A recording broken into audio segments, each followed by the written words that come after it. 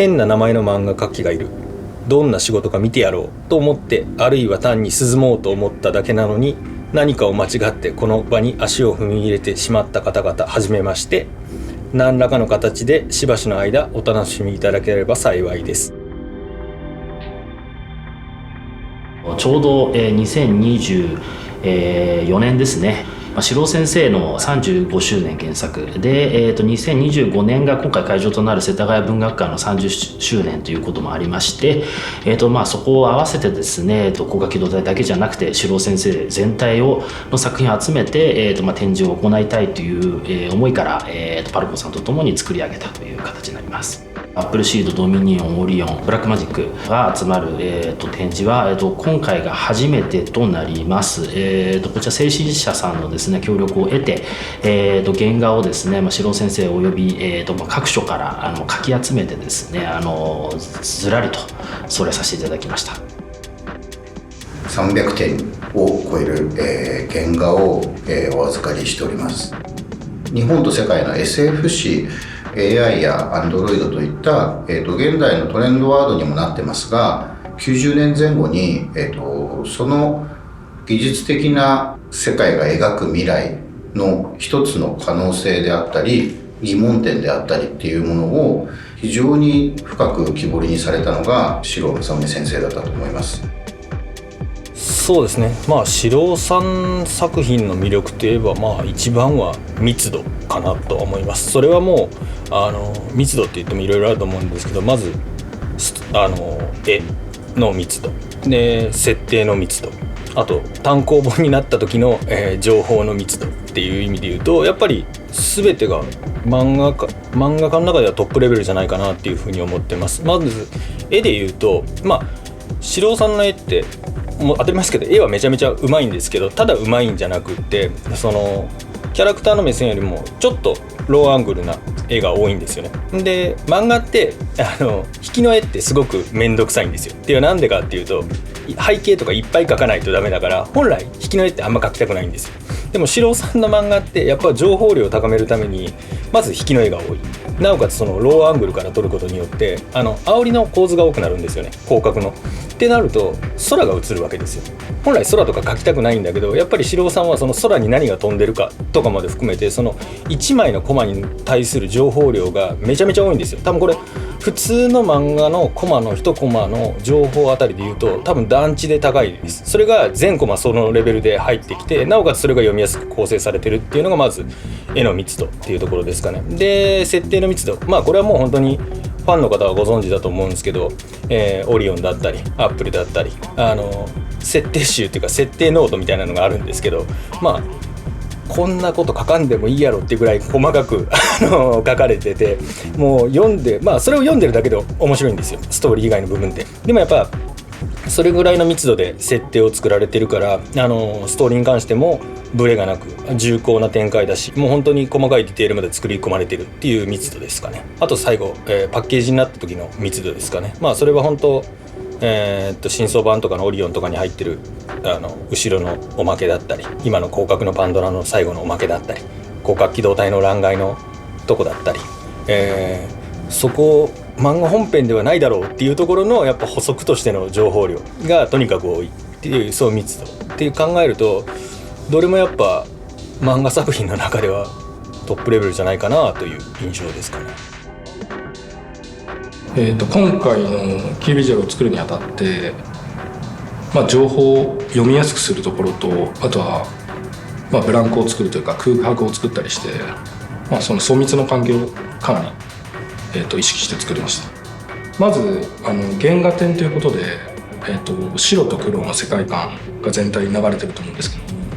ど、その中で何かアクセントになるもの、作品の邪魔をせずに効果的な効果が得られるものを考えた時に、蛍光イエローっていう普通のインクでは表現できない、専門的なことを言うと特色っていうインクを使うんですけど、そういったちょっと特殊な色を使うことで、独特の世界観を出せるんじゃないかなって採用しました。ビジュアルですごい蛍光の黄色が入り込んでいたので、分かりやすさっていうか、その次にどこに行こうかなとか、人が混んでてもこう見やすいサイン計画だったりとか、そういうの蛍光の黄色ですね。それを縦の軸でラインのように出ていて、蛍光の紙すごいビビッドで光ってて、なんか光っていうかそういう電脳の世界っていうか、そういうのを表現してるように見えるんですけども、書き込みの量が半端ないので、一枚一枚すごい時間かけながらみんな見られるだろうなって思う中で、分かりやすい動線だったりとか、ストレスレスにこう見ていけるとか、そういうところの展示としての根本的なところがまず一つあります。その中でなるべくこう四郎さんの中に世界観にこう没入してもらいたいっていう思いもあるので、四郎さんの世界観をどう作り上げていくかっていうのがその次に起きます。なのでまずはこう分かりやすくこう人があまり滞在しすぎずにでも一つ一つ見ていけるっていう整理の仕方と、で次にそういうどうやったらそういう四郎さんの世界観になれるかなって、その中で作品を見ていけるかなっていうことが大きくはあります。やっぱりこう原作ってよりこうディティール細かいところまで内容がこう詰まってるなっていう印象をすごく今回受けました。自分の作品の特徴としてこういろんな素材の集合で一つの絵を作っていくっていう形になっていくんですけど、受けてる影響としてはメカっぽいところと生身の人間のなんかこう融合というか、こうどう全然違う相反するものを一個にまとめて、それでなおかつこう違和感がないようなこう一つの世界観にまとめるかっていうところをすごく考えてます。Yeah, I mean, originally it wasn't just about the manga. We were offered all the Ghost in the Shell stuff, but because the manga was very inspirational to me, we really wanted to focus on the manga because a lot of people don't talk about it. When they talk about Ghost in the Shell, they think of the anime, especially in America. So we really wanted to look for these beautiful illustrations that he was doing. Some of them were the watercolor, or larger form, like colorful imagery he was painting and drawing. And some of them we did some of the smaller like black and white illustrations, but we really wanted to showcase the work in a way, or showcase pieces that we felt like have been not seen a lot to American audiences and maybe to Japanese audiences as much, and just like kind of showcase something that's just a little different so the real fans would be excited to see it. 四郎正宗先生が築いた、創造の起点というものが刺激になって新しい世代、現代の、アーティスト作家の方々にも刺激を与え、今一度本当のゼロからの新しい物語というものを作るきっかけであったり、勇気づけであったりになればいいなと思っています。企画の見どころは、まさに、四郎先生の、原画の、絵の強さですね。ここまで引きがあるかというぐらい飲み込んでですね見れるような、繊細な絵なタッチだったりとか、あと圧倒的な情報量、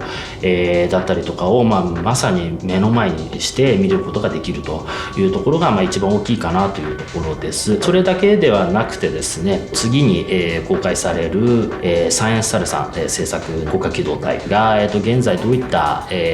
制作進行状況なのかっていうのがよくわかる、60秒の動画、これは会場の中だけでしか見れないです、というものが、展示されますので、ぜひご注目をいただけたらと思います。今後も、国家機動隊という作品をですね、より、広く長年永遠と、時代が追いつくまでアニメを作ったりとかですね、もしくはイベントを作ったりとか、皆様が、触れられる商品を展開したりとか、そういったことを軸に、大きい IP にしていきたいと思ってます。漫画っていうものを知らない、フラッときた四郎作品も知らないような人が見たとしても、感動するぐらいのレベルの生原稿じゃないかなっていうふうには個人的には思ってます。カラー原画本当何千点何百点何千点ちょっと分かんないです、忘れましたけど、全部綺麗な A3 の印画紙に出力されて送られてきました。それぐらい全部自分で色調整をして本当に何百枚ずっと多分印刷されたんでしょうね、送られてきて、その中からさすがに全部はもう展示できなかったんで、出力されたものと四郎さんの、昔なんとか本当探してもらって出してもらった生原稿が揃った展示になるんです。そういう意味でこのデジタル原稿に近い6色プリントっていうのはなんか本当に普通の4色ではない印刷ではあるんで、四郎さんのデジタル原稿により近い生原稿になったんじゃないかなっていうふうには思っております。なんで四郎さんのようにぜひ絵を見て楽しんでいただければと思います。はい。